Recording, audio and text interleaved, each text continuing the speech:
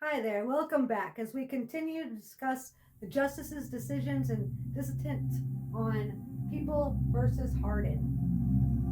Number one, the core argument science and fairness demand change. The dissent grounds is reasoning in modern neuroscience. People under the age of 26 have not yet fully developed the parts of the brain responsible for impulse control, judgment, and resistance to peer pressure. Number two, the inconsistency in current law.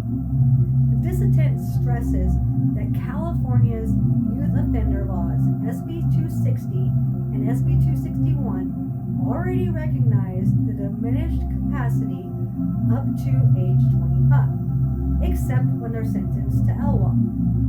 This inconsistency, they argue, undermines the very principles the legislation used to justify the youth offender framework. Number three, equal dignity and evolving standards.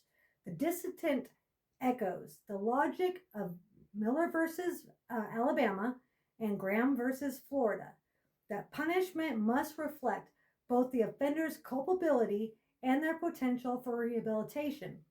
Excluding young LWOP prisoners ignores the evolving standards of decency and fails to consider the transformative capacity inherited in youth. Number four, separation of powers.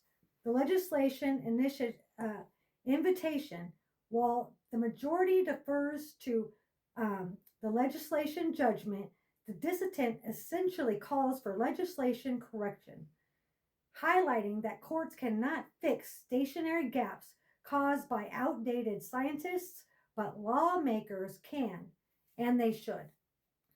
And lastly, number five, compassion is consistent with justice.